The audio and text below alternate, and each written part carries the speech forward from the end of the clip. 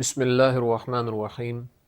السلام علیکم ورحمۃ اللہ وبرکاتہ۔ امید ہے آپ سب خیر سے ہوں گے۔ اللہ پاک مجھے اور آپ کو بہت سی برکتیں عطا فرمائے۔ آج کی ویڈیو کا عنوان اس حوالے سے ہے کہ خواب کے اندر چاندی کا کنگن یا کرہ دیکھنا، اس کی کیا تعبیرات ہیں، بزرگ اس کے بارے میں کیا فرماتے ہیں۔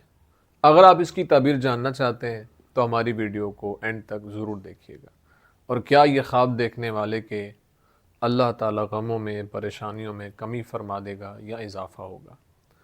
اگر انسان خواب کے اندر یہ دیکھتا ہے کہ اس نے کنگن جو ہے وہ ہاتھ میں پہنا ہوا ہے، تو اس بات کی طرف اشارہ ہے کہ اس کو کوئی تکلیف یا زحمت اس کو پہنچنے والی ہے۔ اس لیے اللہ کے حضور اس کو استغفار کی کثرت کرنی چاہیے اور اللہ کے حضور دعاؤں کا سلسلہ جاری و ساری رکھنا چاہیے۔